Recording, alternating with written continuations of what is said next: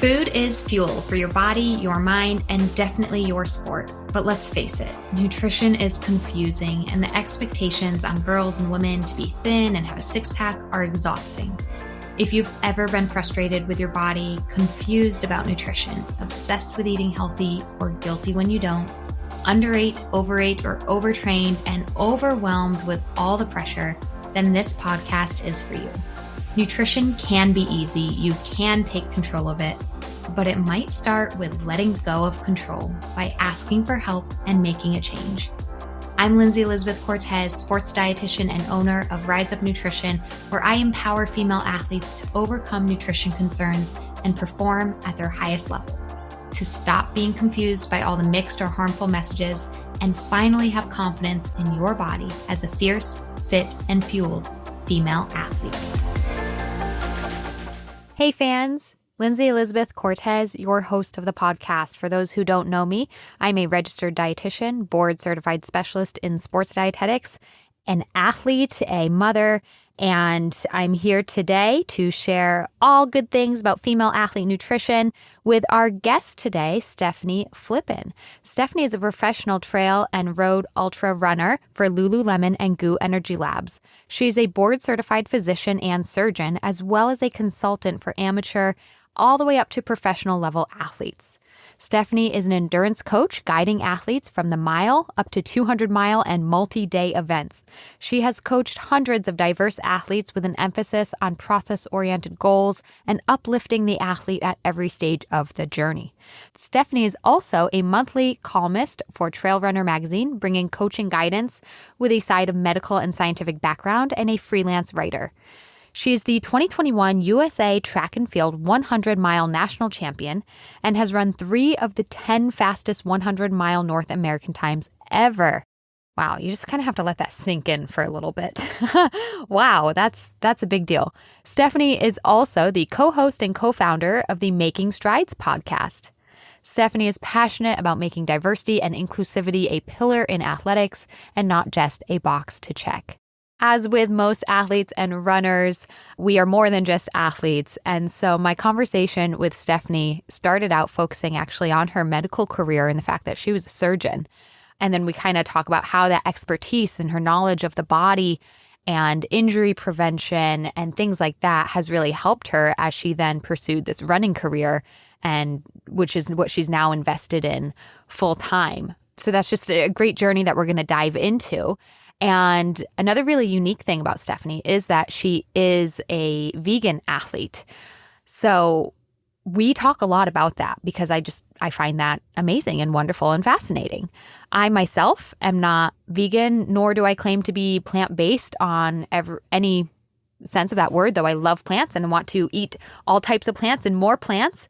It was great, though, because I'm the type of dietitian that I want to respect all the different types and ways of eating and really respect the fact that nutrition is individualized. Does this work for your diet, lifestyle, for your goals, for your health, for your athletics? In Stefanie's life, being vegan is absolutely working for her. And I love that we can show that you can be an athlete at a high level and be vegan. And we're going to talk about some things that are working for her. At the same time, it doesn't work for everybody, because you'll hear in this conversation, just how much knowledge Stefanie has, how much time it's taken her, how much experience she has had to have in the kitchen to get to this point. And so I just want to say that because I've also worked with a lot of clients, especially I'll just say this, maybe the younger clients that don't even really have great cooking experience yet, or maybe in high school and dependent on their family who isn't plant-based, or in college and we're eating out of the dining halls and dorm rooms, where this might not be the time in your life to be plant-based or vegan if it's that difficult. And you might be able to make it work, okay? Individualized nutrition here, individualized scenarios, what works for you. But I've had many clients that we've had to shift away from being a vegan lifestyle to then, hey, we need to eat some yogurt or some eggs just to get some good protein and some good calories because they were really limiting themselves. at the same time, I've also had clients like Stefanie who are making it work for them. I have an active client right now who's just doing amazing, not only in her athletic journey, but actually recovering from RED-S and maintaining a menstrual cycle after years without it while being 100% vegan. So it's different for everybody. And so that's why I liked this episode with Stefanie, because we showed the side of how it can work, but you'll also hear that, she's very knowledgeable about it. So I hope you enjoy it. If you're interested in vegan or plant-based diets, I think, look to Stefanie. She's not a dietitian, but she's medically knowledgeable. She's got the hands-on experience, and she is an elite athlete. So she's somebody that I think is inspiring in this regard. And for somebody like me, who I am not able or willing, I should say at this point in my life, I'm not wanting to be vegan, but I love exploring vegan recipes and more plant-based recipes. I actually did a completely plant-based meal last night. I made a tofu veggie curry over rice. And a couple nights ago, I did a pasta with lentils, I should say, not lentil pasta, a pasta with lentils and a bunch of veggies in there. And that was plant-based as well. So, you don't have to be vegan to incorporate more plant-based meals into your diet. And that even might be just a place to start. If you're like, ooh, that sounds interesting, but I'm not sure that I'm ready to do that all the way, that could be a place to start. Explore some recipes. Well, anyways, I'm going on way too long here. You want to hear the episode, don't you? So let's get to the episode with Stefanie and hear her talk. And I also want to remind you that in order to keep this episode going, we do really appreciate people who donate monthly to the Female Athlete Nutrition Patreon. Head to www.patreon.com/femaleathletenutrition to give us a monthly donation of $1 or $10 to keep this podcast going.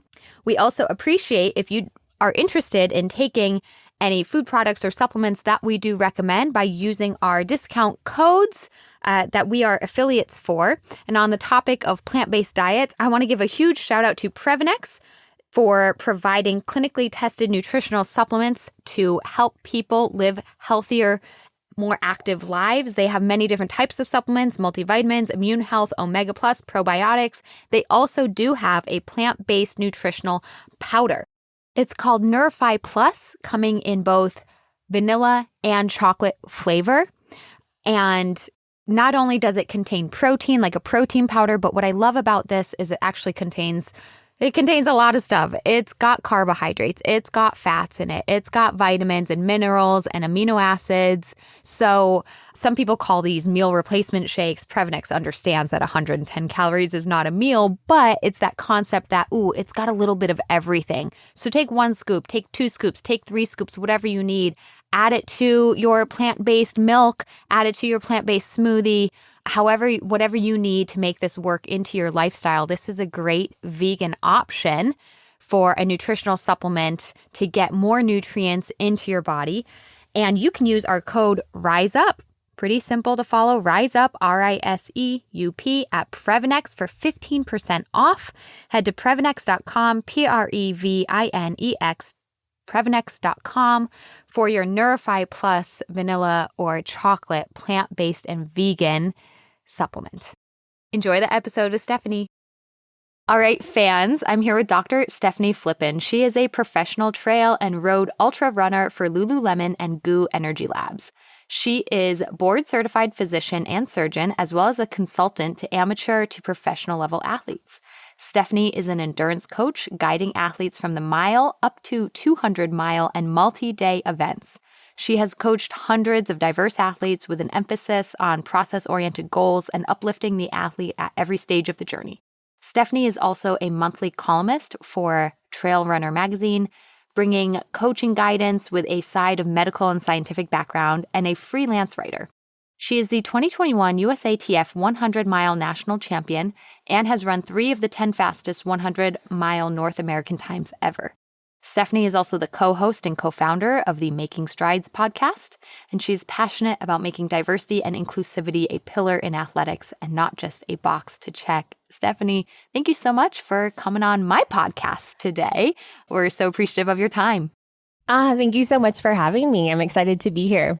Yeah, and I think there's, per usual with many of my guests, I'm just so impressed by all that you've accomplished and like your mission and kind of what you do. So there's so much we can talk about. But I know, and we can talk about this in a little bit, I know that career-wise, you're really putting everything into running and being a coach right now. But, Yeah. your background is you went to medical school, you became a surgeon. And I just kind of wanted to hear more about like your interest in medicine and surgery Sure. and just your passion to become that. And I believe you specialize in lower extremity injuries as well. I just kind of wanted to hear about that journey. Correct. Yeah, yes. I feel like I wanted to go into medicine ever since I was like a small child. I was super, super close with my grandparents growing up. And my grandfather was actually very, very ill. He had congestive heart failure and was really on like borrowed time. So I feel like I grew up like watching my grandmother care for him, going to multiple doctor's appointments. And I just remember feeling like I had this, like anytime my grandfather was in pain, I felt his pain too. And so I feel like I learned early on that I had a really strong sense of like very true empathy. So that's, I think, like what really was my first introduction to wanting to enter medicine in general. But also just growing up, I actually was a like highly competitive ballet dancer. So I had a very strong like introduction to lower extremity health early on. So yeah, I feel like that was also what sort of brought me into the world of athletics and wanting to like be a part of that and intertwining that within my career. As a surgeon for lower extremity injuries, was it mostly an athletic population or did you have a wide variety of patients? Yeah, I mean, when I did my surgical residency, I feel like it was like a very wide range just because I chose to do my surgical residency in Detroit, Ann Arbor area because I wanted to get the sort of most robust training possible, so I ended up seeing a lot of trauma, but a lot of like elective procedures as well. And then I would say like after residency is when I like my own like athletic career started to take off and I started to shift a little bit more focus to wanting to work with athletes. Yeah. And what was that shift for you personally from ballet dancing to running and then ultimately ultra running? Yeah, I would say that it was definitely like an interesting transition, but at the same time, I have grown up running. I've like been running my whole life with my dad. That was sort of his like athletic hobby. He was a collegiate athlete. So he started taking me on runs when I was like 6 or 7 years old. So I was doing that sort of in conjunction with ballet. But it's kind of funny because I vividly remember having like a very traditionally like Russian trained ballet instructor who was like, you should never run. It's like the complete opposite sort of like movement pattern that we want to be reinforcing. So it's just kind of funny the way my life has transitioned and like where it's taken me. But I really started running more my first year of medical school because I was born and raised in San Diego, California. And then I decided to go to school in Chicago. So I just sort of knew, like, as the stress picked up, I was so far away from family, just, studying constantly, making new friends and whatnot, that I needed something very stable in my life that was a healthy habit. So yeah, that's really when I started running very consistently and got a little bit more serious about it. And that's what running can be for so many people. I mean, yes, we need the shoes and, some clothes that don't chafe, but otherwise it's a really accessible thing to do for most people that can be just a healthy habit. When you need something to de-stress, something to get you outside, something to, just end the workday. I think just for even somebody who's doesn't identify as an athlete, it's just such a good, healthy habit, like you said, to incorporate into one's life. So, and then you were phenomenal at it. And oh, thank you. and it just kept progressing and progressing. Yeah. And kind of, I just wanted to ask you too, have you experienced, like, with your knowledge on lower extremity injuries, but then as you progress in your running, like, how much is you being a doctor and specializing in, like, that stuff? Like, are you able to prevent your own injuries or, do they still happen? Sure. What does that look like for you?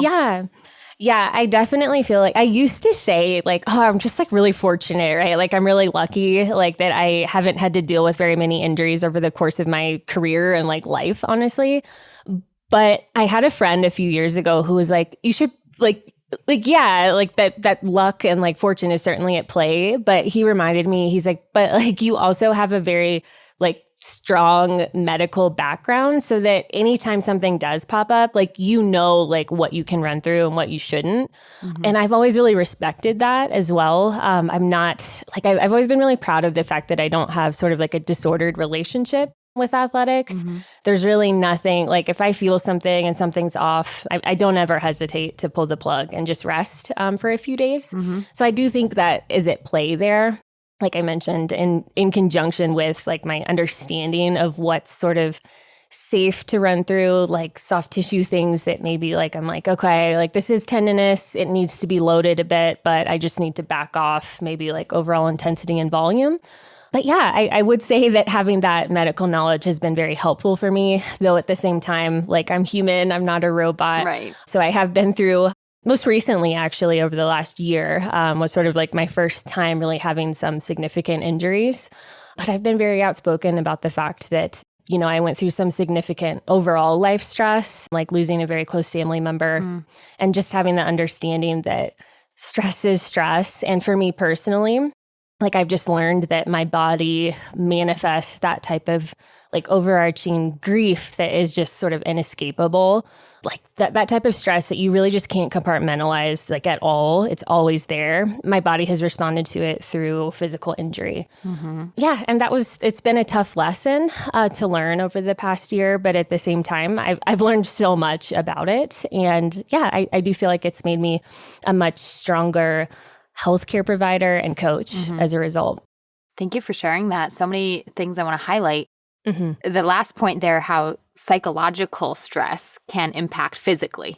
Yes. You Yeah. know, and very, very much so. Very Yeah. much. Yeah. Yeah. I think I've experienced that level of stress like throughout my life, but I just think that it's been a really long time since I've really had that level of grief and like just personal, just stress. Yeah. Yeah. And I think that type of turmoil like affects people in different ways. And for me, if like my body was like, we literally can't train through this. Like we can't, like we've tried to do that for you in the past and like we've gotten by, but we can't do that right now. Yeah. So yeah, it's a very real thing. Yeah. And I'm sorry for what you're going through and that loss. Oh, thank you. But I thank you for sharing that with others, because I think also sometimes when people are going through struggle, they can maybe, and I've been this, when I'm struggling, then I grasp onto like, if I just went for a run, I'd feel better. Or if I just, and I almost put more pressure on myself when that's like the exact opposite. What I actually need is like compassion and permission to rest. I experienced that recently myself. So yeah, it can be really, I think it can be really tough to like differentiate between like what's helpful and what's not. Yeah. And I actually just had a really like poignant conversation with an athlete about this. She's like, well, like, how do I know, you know, I'm dealing with like processing, like losing like a parent. Like, how do I know that it's okay for me to like push through a little bit of like discomfort and not like injury pain or, you know, or sickness or anything, but like, how do I know that my body can handle pushing through like a tougher workout? And we had a really great conversation about it, because there aren't like such clear-cut signs sometimes, right? Like sometimes we don't know. Sometimes we're not in pain and like things are feeling okay, but sometimes our body is just like something's boiling underneath the surface. So yeah, just trying to figure out like what your body needs and maybe what's a little bit too much going over that line. It can be really hard. And going back to another thing you said about like, you know, not having many injuries in your career. Oh, it's because I'm lucky. And it's like, no, give yourself credit. You take care of yourself. You do. Sure. But also, you know, you are very educated on how to take care of yourself. And that's why I just want to say thank you for sharing your knowledge, you know, by writing articles and being a coach. You know, it's like, okay, you have the knowledge and so you can take care of yourself. And then like you're going one step further, like sharing that knowledge with other people. Yeah. Because I think that is so many athletes that might be experiencing injury for a variety of reasons, even just like a competition or a race that didn't go well. Sometimes it's not like they meant to. It's just they didn't know what to do. They didn't know better. You know, sometimes like what my work as a dietitian, you know, it still shocks me sometimes. People like don't know that they need to refuel after a workout. Right. They're just not doing it. They don't understand the importance of it. It's not because they just never learned. Somebody would just teach them and then they could start implementing it and practicing it and feel the difference. But, you know. I know. No, I was just going to say, I was sort of like laughing and smiling to myself because like 5 minutes before we hopped on for this recording, I had just gotten back from my run like 20 minutes prior and I was like shoveling like Greek yogurt into my mouth. I was like, you got to get this in before this recording or else I'm going to be outside that like sort of 30-minute window. Yeah. So I was just laughing about the irony since you are a registered sports dietitian. Right. Right. And you had that knowledge and you knew what you had to do and you got it done despite having something on your calendar. Right. Me and some of my clients like to say that we were late because I ate. So if you're late to a podcast recording, late to a meeting, is because you had to eat because you have to. You have to eat. So yeah. But you weren't late. Actually, I was late. So a little bit more on injuries here. You had a great article I found on your website where you're a monthly columnist for Trail Runner magazine, and it was about preventing injuries because there's a lot of injuries we get maybe from for a variety of reasons, but it's like, what are the things we can do, as we were just talking about, if we have the knowledge and we practice it and implement to prevent an injury. You had in your article, I'm just going to quote it here, the bulk of running-related injuries are classified as overuse injuries, with the majority presenting in the knee, foot, and lower leg. Things like runner's knee, IT band syndrome, tibial stress syndrome, aka shin splints, Achilles plantar fasciitis are some of the most common. And what are if you could kind of think about some of the most common reasons for these injuries that people can then try to prevent, what would some of those reasons be?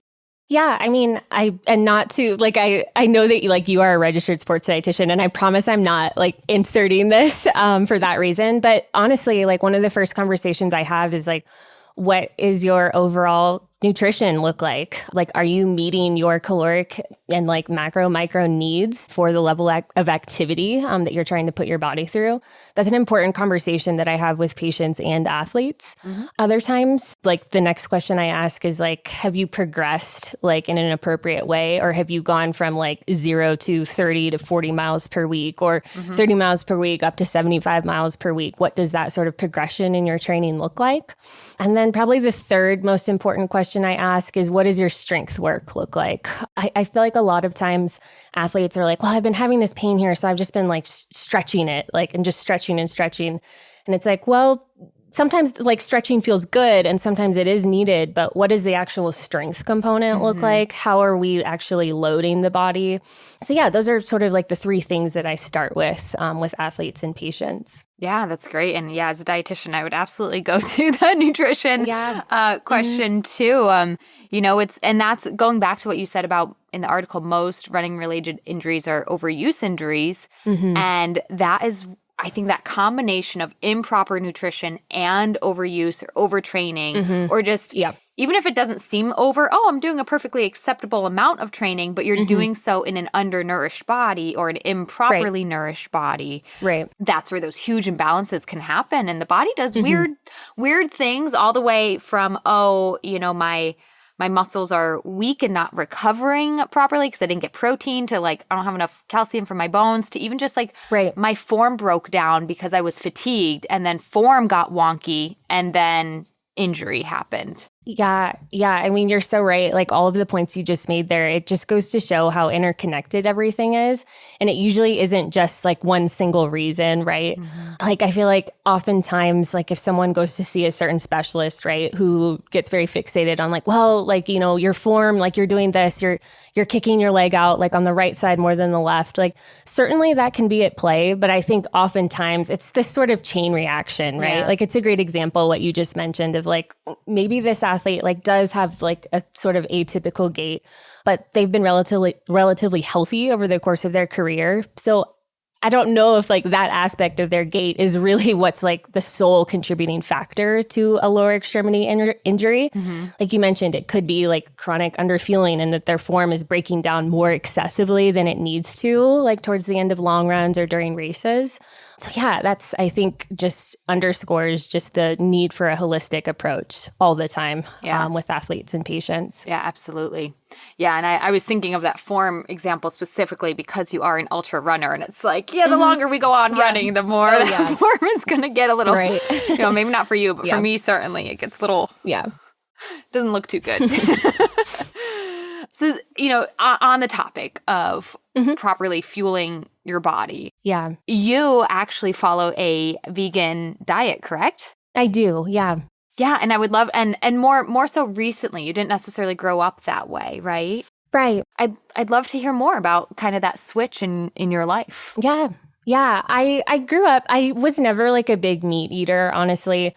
I just grew up with a house full of animals. Like every summer, I would also volunteer I grew up in San Diego, like I mentioned, so I would volunteer at what used to be called the Wild Animal Park. I'm like dating myself by calling it that for those who are local to the area. It's now called like the Safari Park, but it's a huge like conservation effort there. So I grew up every summer volunteering and going to camps there and whatnot. So I think like a part of me always knew that I had ethical reasons, like why I was very like grossed out by eating meat. And I love to cook, and I just never enjoyed cooking meat. It was not fun for me. And like I mentioned, like I love to cook. Like if I could spend all day in the kitchen, I would. So yeah, I think in 2019, my husband and I decided to sort of go all in on a vegan diet. I remember we were driving back. My husband had just finished racing Tahoe 200-mile race around Lake Tahoe. Beautiful. And we were driving back. Yeah, it was so pretty. Yeah, we were driving back from Northern California back to Colorado. We were driving through states, like Wyoming and whatnot, where there's a lot of like cattle ranches, farms and things. And I remember this truck full of cattle like drove past us, and we just started to have a conversation about it. My husband also grew up like raising cattle down in Texas, and he has a lot of like ethical reasons and also trauma from that as well. So yeah, I think we just had a really deep conversation, and we're also very like passionate about doing everything we can to lower our own carbon footprints. We try to stay in that sort of hopeful camp of like our own personal actions do have an impact, and it's like one person making that decision to eat and consume and purchase and invest and things like that can make a difference as that compounds with more and more people doing so. Well, and in your case, for us, two people right there, just doubled. Right. Yeah. So for us, it was sort of a no-brainer to make that transition. Yeah. I do feel like it was well-timed. 2019, as we know, then led into 2020. And so sort of like a silver lining of the pandemic was that I did have more time at home to sort of like really educate myself on how to properly cook vegan as opposed to leaning on, this boom that we've seen and sort of, I don't want to say junk food vegan products, but the like heavily processed stuff that's maybe not the most quote healthy per se. So yeah, like when surgery centers and hospitals were shutting down for like elective procedures and whatnot, I just had so much more time to be at home. So that kind of worked out because I really invested a large amount of time just learning how to properly fuel on a vegan diet. Well, and I think that is such an important point to make, is that it is something you have to learn. And it sounds like you were somebody who maybe wasn't eating much meat in the first place, so maybe wasn't that radical of a change, and yet it still was a learning curve. Yeah. And I say this for people's expectations. I have a mixed diet of all foods, but as this trend towards, for a variety of reasons, environmental factors is one of them, health is another, performance is another. There's just a lot of talk about plant-based, plant-focused, and vegan diets over the past 5+ years. And we want people to, if they're going to go down that road, do so informed. This is a learning curve. This isn't necessarily like I can just tomorrow be vegan. I'm going to have to learn. I'm going to have to invest time in the kitchen, invest learning about different products. And, you can't like, a vegan mac and cheese, it's a lot different. Okay. Like you're really going to have to learn. You can't just go get a box of mac and cheese anymore to make that on your, and here's another thing. And you know more about this than me, but in my experience as a dietitian, it's like, okay, mac and cheese is cheese and pasta. Okay, now vegan mac and cheese can be made from a variety of things. Are you going to do like a cashew-based sauce? Are you going to do something with nutritional yeast, tofu? Are you going to use almond milk, soy milk? You're going to use regular pasta. You're going to try and up the protein with bean-based pasta. Now we've got, and mac and cheese is not just mac and cheese anymore. Right. So it's a lot to learn. Yeah, it definitely is. Like I said, I really enjoy cooking. And I think that in order to really go all in on a vegan diet, you have to be excited to be in the kitchen in order to really make it sustainable so that you're not just, like I said, just sort of buying like frozen products. And those products, like I still like eat some of those and work those into our like weekly meals. But I truly enjoy like the process of like making crispy tofu. Like, I enjoy like pressing it. I like enjoy the whole process of it. And I think that like I said, in order for it to be sustainable, you really do have to have a passion for like cooking and investing time in the kitchen. Yeah. But what's interesting is that I remember like a couple years ago now, I was going to an office because my iron was like dipping down low. It's also had to do with the fact that I was overtraining and I live and train at very high altitude. But yeah, I was also really, really busy in the office as well. And it was funny because I had one of the practitioners there tell me, they were like, you're always going to be leaving something on the table, like if you don't eat red meat, like constantly while you're at high altitude. And I was like, well, actually, like my ferritin stores and my overall like iron values in general have looked vastly improved and better compared to when, I was in my surgical residency and I was suffering from significant anemia. I mean, I remember like not really even being able to like stand up like for like 90 minutes during a surgery. And that's when I knew, when I ordered blood work on myself and my hemoglobin was like 7 flat and I had to have whole blood transfusions. But yeah, I was eating like red meat like out my ears, like trying to get it up. And it just goes to show, right, that you can address these types of issues in ways that aren't like traditionally recommended. You just have to be educated about it and really place emphasis on things like timing, right? And as you know, like separating things out, like when you're getting your iron, not pairing it with things like caffeine, calcium, things like that. But it's just interesting being told that. And it's like, well, actually, I've actually seen the opposite happen for me. Yeah. It just takes the right education and just investing in that. Right. And again, hopefully I didn't sound like a downer when I was like, oh, it's a lot of work. No. I more just wanted, I think from an athlete perspective, because going back to what we were saying before about the importance of like fueling enough, I think that the switch between, I want to be more plant focused can lead to a lot of athletes to underfueling, and we don't want that. Yes. And you don't want that. And so it's okay now, it's almost like if you were, and I could be wrong about this, I'm generalizing here, but I think non-athletes making that switch to plant-based might be a little easier because they have a little more wiggle room, it doesn't totally. Yeah. But okay, now I'm performing at a high level and expecting to go train. I need my iron up high. Like, I need enough. I need those extra snacks. I need those extra calories. So that's where being knowledgeable is so helpful.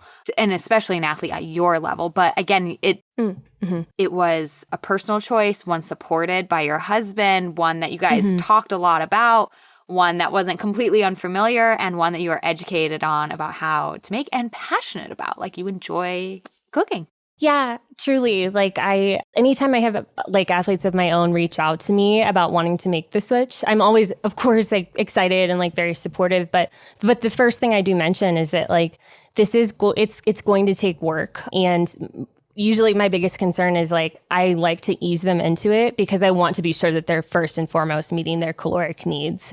And yeah, that was something for me that ironically, like when my husband and I did make the switch, we were actually consuming a lot more protein than we were previously, just because we weren't really eating very much meat to begin with. Yeah. So for us, it was just kind of ironic. It's almost like do you feel like your diet improved when you made the quote official switch? Vastly.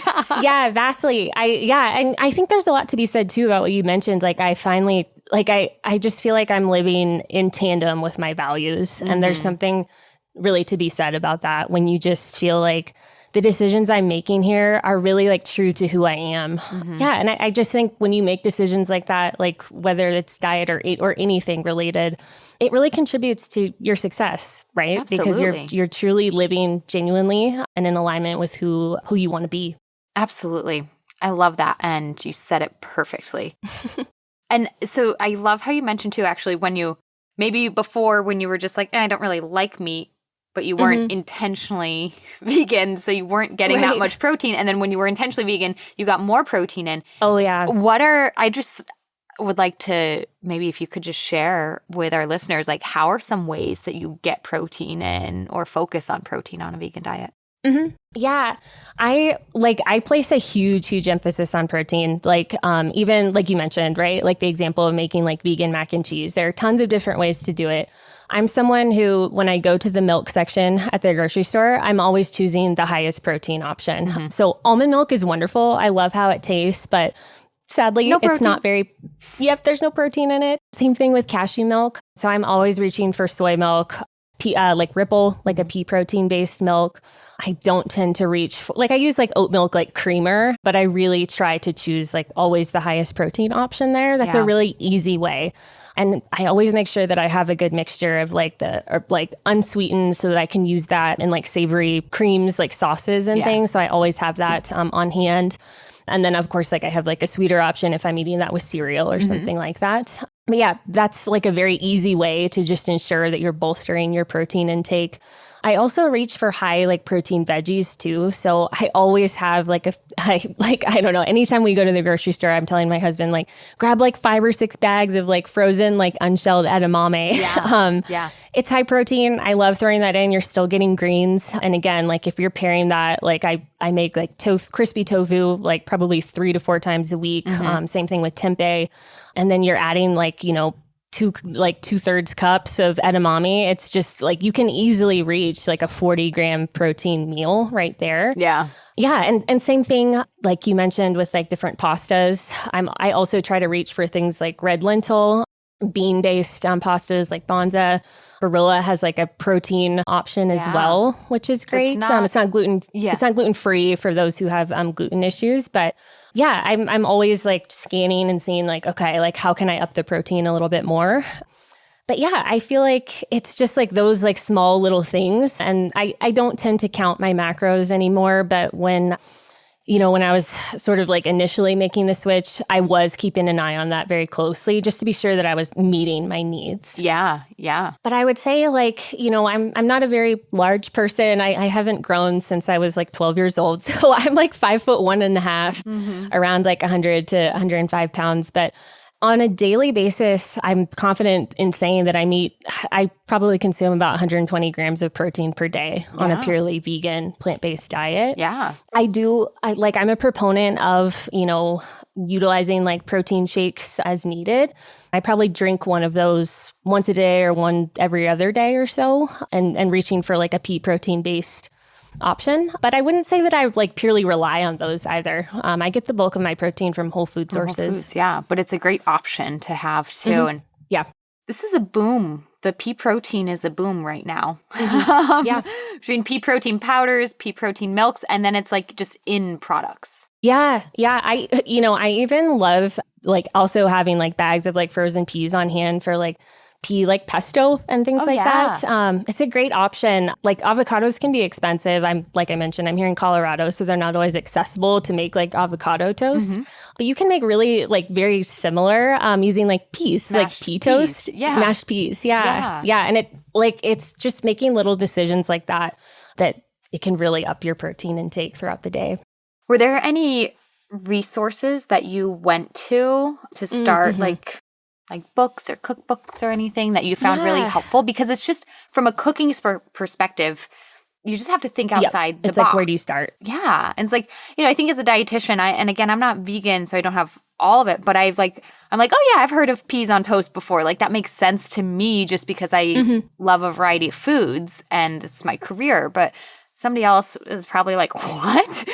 Peas on toast for breakfast? But it's like, how do you open your mind to all the possibilities? Yeah, I think the most helpful like tip that I would have for folks like wanting to build in more plant-based and vegan meals, or if you're wanting to make the switch altogether, is I think I made a list of like foods that I really, really enjoy eating, like my favorite foods, whether that's like comfort food or just foods that I tend to gravitate towards. You know, like growing up, I know my mom would like always make like my favorite like scrambled eggs, like with like cheese and veggies in it and like tater tots. And so like that's like a comfort meal for me. And I would make that or something similar, like some sort of like scramble for my husband and I, like over the weekends after long runs. So I would write down like different meals like that. And then I would just like go online and like search like how to like make those meals vegan. Yeah. Right. And then I quickly learned, okay, like I can make like a tofu scramble and these are all the ingredients that I need for it. So I started like sort of stockpiling lists of things like you've already mentioned, things like nutritional yeast, huge bang for your buck in terms of protein. I think like or maybe like 2 like heaping tablespoons has like an enormous, like it has like 8 grams of protein. Don't quote me on that, but it's like somewhere similar for not like a very high amount of the product. So things like nutritional yeast, like I quickly learned to like having like raw cashews on hand to like soak if you want to make, like soups or things like that a little bit more creamy. Yeah. And like always having different types of tofu on hand. But yeah, I really just made a list of foods and meals that I enjoyed. And then I just sort of researched how to make them vegan and the different ways. And like you mentioned, like how to maximize the protein within it. And like I said, I had the time at that point to invest into it. Yeah. And really, like once I started cooking vegan, it was like, oh, I really enjoy this. Whereas before, when I was trying to up my protein, I was always so grossed out by like slicing meat. Like I'm like, oh, I don't have an interest in like learning how to like cook a turkey or like a hen. Yeah. It wasn't fun for me. But yeah, once I learned how to make just by doing, like I said, basic research online, there's also tons of like Instagram, social media accounts with incredible recipes out there.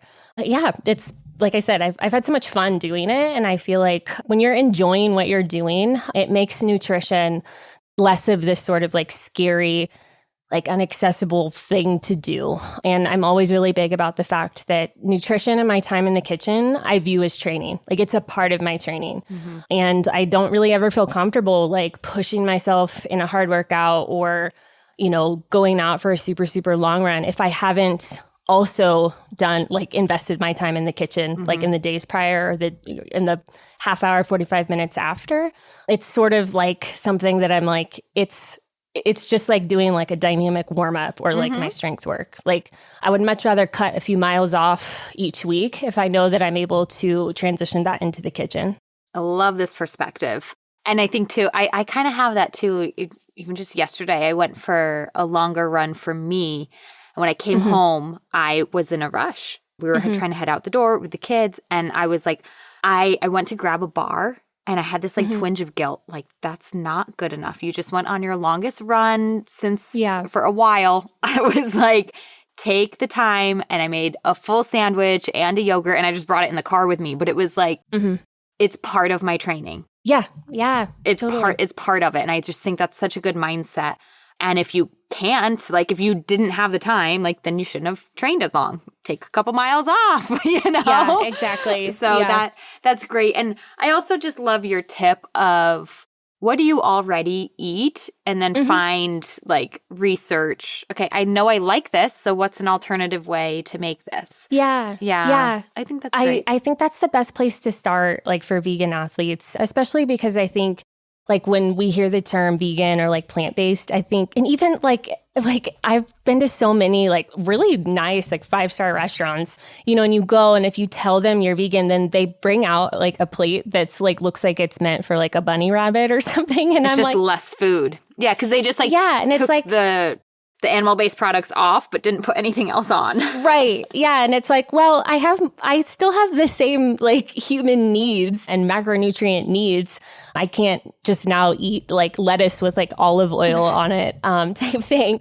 But I do think that sometimes like there is this viewpoint that like that's what vegans eat. And it's like just like actual plants. Yeah. I think sometimes we forget that like, these like really, really like dense and nutritious products like tempeh, for example, like it is plant-based, but it's it can taste nearly exactly like bacon, honestly, like cooked in specific ways. Yeah. So, yeah. Oh, it's so great. The creativity with vegan cooking is very interesting. And again, as not a vegan myself, though, I do have fun experimenting. And you mentioned like making crispy tofu. And was it last week or 2 weeks ago?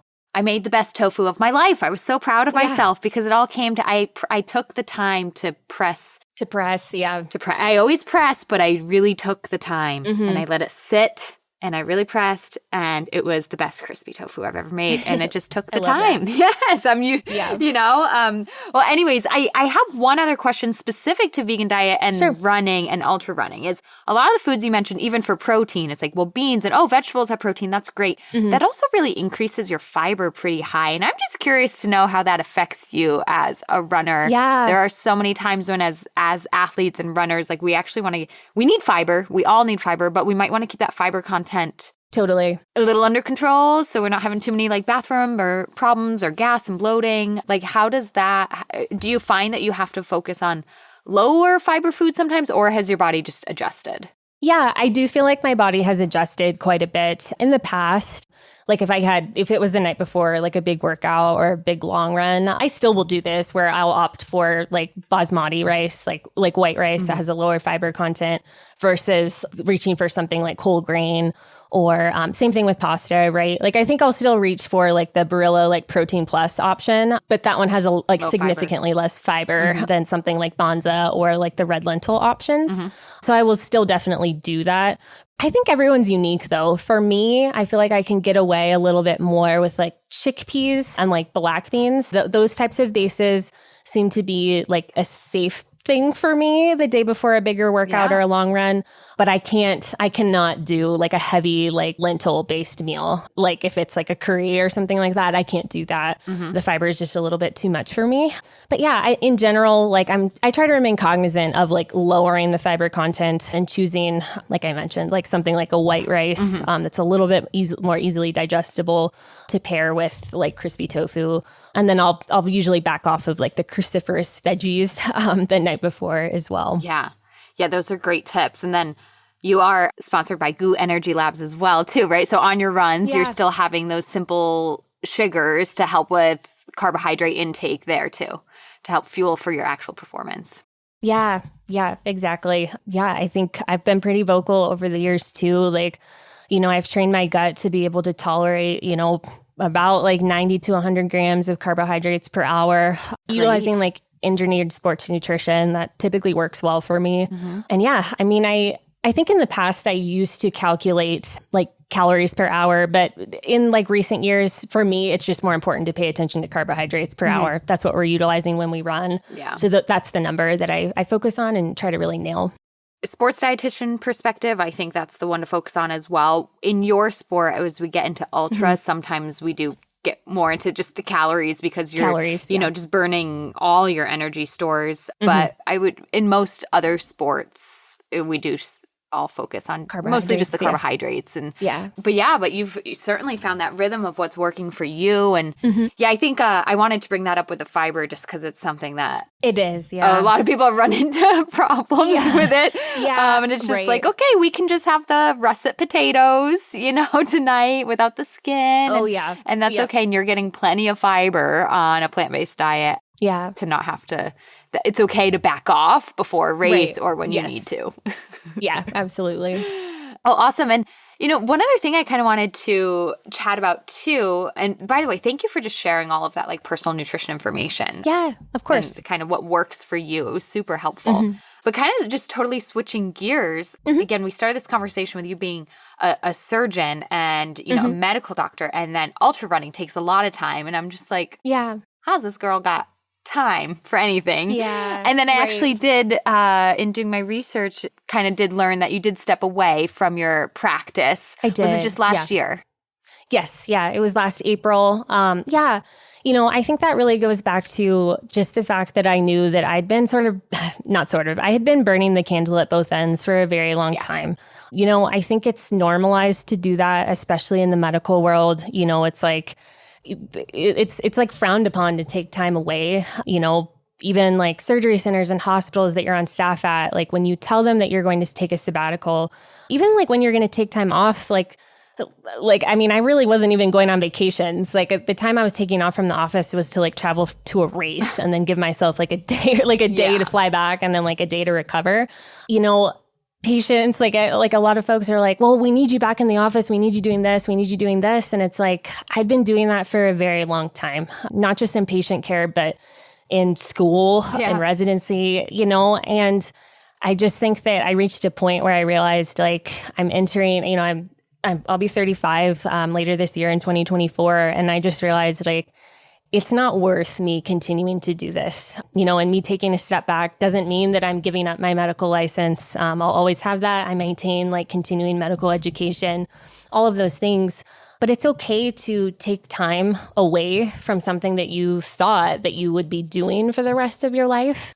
I always tell my athletes and my patients too that I'm really careful about like the way I introduce myself or the way like I identify, because like we don't have to just take on this one singular identity and go all in on that. There's nothing wrong with doing that. But for me, I just found like, hey, you know what? Like, I feel like I've been sort of training and running with like a bit of a handicap with this amount of stress and work that I have on my plate. And I wanted to give myself an actual shot at not being that overworked constantly.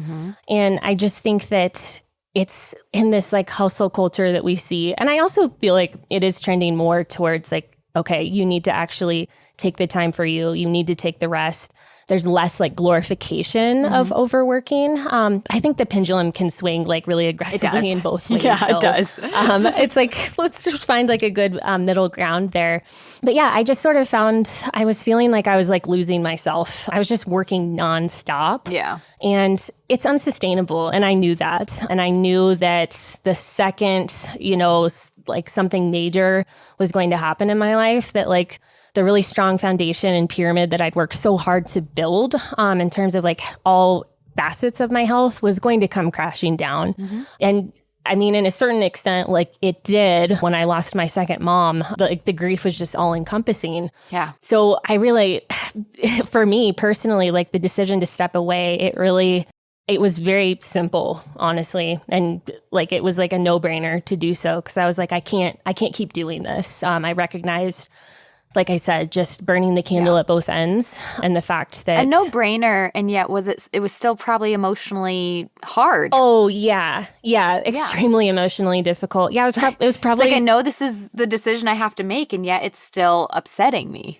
Oh yeah, it was probably the hardest decision like I've ever had to make, honestly, in my whole life. Yeah, really difficult to step away from just relationships I'd built with patients and just goals that I had set for myself, where it's like, okay, you can't go after all of these goals. Like you've been trying really hard to, but you're sort of watering down all of them at the same time. So yeah, it was a very tough decision, but it was also very straightforward. And once I sought a lot of mental health help and guidance to make that decision. But once I did, I felt like I had a lot of clarity, and just the fact that also, it ties back to like living in alignment with like our values and who we are. You know, I never want to like bring up politics or anything, but the U.S. healthcare system is a really challenging system to be a part of, especially if you're someone who, I would say the bulk of all of us who went into some sort of facet of healthcare went into it because we care about humans and we care about keeping them out of pain, preventing them from going through like disastrous health situations. You know, it's just a tough system to be a part of when I felt like the bulk of what I was doing really wasn't practicing medicine. It was, you know, all the behind the scenes fighting with insurance companies and things like that, and all the sort of bureaucracy. So it was needed to step away and get like an actual break from that. Get a break and get clarity, live in alignment. And yeah, I just thank you so much for sharing that. And the reason I bring it up actually is because I just went through something similar myself, and I shared it on the podcast for my 2024 update that I shut down most of my business. Yeah. Because I was also having burnout, burning the candle at both ends, like you were saying, and just not in alignment anymore. And you know, as I made the joke of, how do you do it all? You're an ultra runner. You're a coach. You're a doctor. How do you do it all? And sometimes instead of over glorifying that, we just need to be like, oh, wait, she doesn't. and I don't mean that as a negative thing. It's like, wait, no, the reality is we drew our boundary. We knew our limit and we're allowed to say no. I think you and I grew up in a time where we were so empowered to do it all because we can. And that's wonderful, but it doesn't mean we have to. And that's that. I also say, like, when I shut down 80 to 90% of business, certainly 90% in revenue, about 80% in workload. It's really hard. It was a really hard decision. That was my career path. That's what I worked towards, just same as you. And yet the clarity that I had, the relief that came in the following weeks was just like, you knew it was the right decision. You know? Yeah. And I think like Lindsay, your success too, like with the podcast, like you're following like on social media and all of like the clients and patients that you've helped. I think for me too, recently, like over the last few months, again, it comes back to this like, okay, I need to give myself a little bit more credit too, that it's not just luck or fortune at play. I think for a while I was like, oh my gosh, like, you know, I had this complex of like stepping away from practicing medicine and really focusing on like coaching my athletes and like really like bolstering like my team and my roster. But like my mentor throughout like my surgical residency, he actually reminded me yesterday, he was like, you can say like all you want that like, you know, oh, like you're so passionate about like coaching and like supporting athletes and providing this sort of like, because I'm a doctor, I do feel like I bring a lot of that into play, like with my athletes and just taking that type of very like science-backed approach. He was like, you know, your success as a running coach isn't because you're a great running coach. You are, but it's because you're a great doctor. And he was like, you know, you need to remember that every single decision you made has brought you to where you are. And it's not just like something totally separate that you've decided to go in on. It's not like it was wasted. It's not. Right. Yeah. So I'm certain like it's very similar, if not identical for you as well. Thank you. And I'm certain of that as well. And I just think I think that it's important to recognize, like, kind of another thing you said was that in order for you to like put 100% into, you know, the running that you wanted to, then you have to put more time and effort in to the kitchen. And then like we can't be putting all of our time and effort into being a surgeon either. Like something's got to give. Yeah. Otherwise what you didn't want to give up is going to give. Yeah. I think it's the same thing. Something I think a lot of other coaches that I've, you know, worked with in tandem, and many of my athletes would say this too. One of like my sort of like classic phrases that I say is listen to it when it's a whisper, not a roar. Yeah. I mean, and that can be applied to so many things, right? But I usually apply that to like some sort of injury that's popping up, but it really is applicable to other things too. Yeah, I love that. Well, thank you so much, Stefanie. I end every recording with a few fun questions, if you want to play. Of course. If there was one food you could eat every single day for the rest of your life and never get sick of it, what would it be? Yeah, I probably like crispy tofu, honestly. I sort of like cycle through different sauces, but I do like a garlic teriyaki. I do like more of like a spicy like sriracha based sauce as well, but that's a staple of my diet. I could eat that at every meal. Yeah, I'm with you. If I make it like I did a few weeks ago, I could eat that all the time too. Yeah. So good. And my meat-loving husband was down for it. So that's a good thing too, even, you know, that you can woo people into eating more plants when you learn to make crispy tofu. Amazing. Okay, sounds like an obvious question, but you never know. What is your favorite sport to participate in?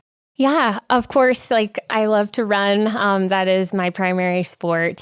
But like funny enough, like I did grow up playing basketball too. Yeah. My dad is a very talented basketball player. So I do love basketball, but I mean, I just stopped growing when I was 12 years old, as I mentioned. So that never really became a career option for me. But I love basketball as well. That's awesome. And how about as a spectator? What's your favorite sport to watch? Ooh, yeah, probably soccer. Oh, wow. You got your hand in every sport here. Ballet, running, basketball, soccer. Yeah. Everywhere. That's awesome. Okay. And I know there are many out there, but if you could give a shout out to a female athlete in your personal life or well-known, whatever, that you just think is a role model that you want to give a shout out to for any reason, who would it be? Yeah. I would probably say one of my she's a close friend of mine, but she's also been a mentor to me in the sport too. Devin Yanko. I don't know if you've had her on, but No, she's wonderful. She's had an amazing career in ultra running. You know, she's been at a high level for the last 20 years. And she's a master's athlete now. And I just think that's so impressive. I mean, I think she just ran her, I can't remember the exact number, but I think like her at least 50th like sub 3 hour marathon, like over the course of her life. She's just so inspiring to me. She's been like a guiding light to me, especially over the past few years, just in terms of reminding me of like why I'm in this, just to really like turn inward and remember that like this journey is about me, not about like others' perception of me. And that's so helpful. Yeah. And I'm really grateful for her friendship over the years. And we're also teammates now, which has been incredible. Even better. Amazing. Yeah. Oh, I'll have to have her on soon too then. We'll be sure to connect with her if she's willing. And thank you for being willing. This was such a nice conversation from the medical side, injury, and then kind of diving into the vegan and cooking. I loved hearing your perspective on it and sharing that with people. So thank you so much. And we'll be following you in your running career and journey as it moves forward. And hopefully we can stay in touch. Yes, absolutely. Thank you so much for having me, Lindsay. Well, everybody, thanks for listening. I really hope you enjoyed that episode. And if you did, if you are a true fan of female athlete nutrition, then I would love if you could support our podcast by spreading the word. Share a review on your listening channel, give us 5 stars. It really helps get the word out and get the show more views to positively impact others. Also, you can support the podcast by joining our Patreon. Head to patreon.com/female athlete nutrition to consider a donation, or even better, join our membership where you get extra monthly content and perks. We don't want you to simply listen alone. We want you to be a part of a community and a movement of fierce, fit, and fueled female athletes. So patreon.com/female athlete nutrition is where you can do exactly that, learn more, and join. A huge thanks to our affiliates and partners as well. Once again, Prevenix, Inside Tracker, or Gain, Practice Better, Jen and Carrie. Please go check them out, and their links in the show notes where you can get deals and discounts. Last, be sure that you do more than just listen. If you need help with fueling, it's time to take action. Head to my website to learn more. You can either book a free call with me to learn more about our coaching programs and how we can work directly with you, whether it's the fast track or otherwise. Or you can take our online self-study course, Female Athlete Nutrition. You can literally sign up and gain access right now. You can explore our downloadable products, including the Red S Recovery Guide, High Iron Fueling Guide. Or if you are a coach of a team, check out our brand new Coaches Toolkit for teams. You can also just learn more. We have a blog, a Red S quiz to see if Red S is affecting you. If you need help, I want you to get help fast. Too many girls and athletes struggle with nutrition, but you don't have to any longer. You can rise up with the power of nutrition, take action today in any of these avenues, and become fierce, fit, and fueled. Links in the show notes, and we'll see you next time.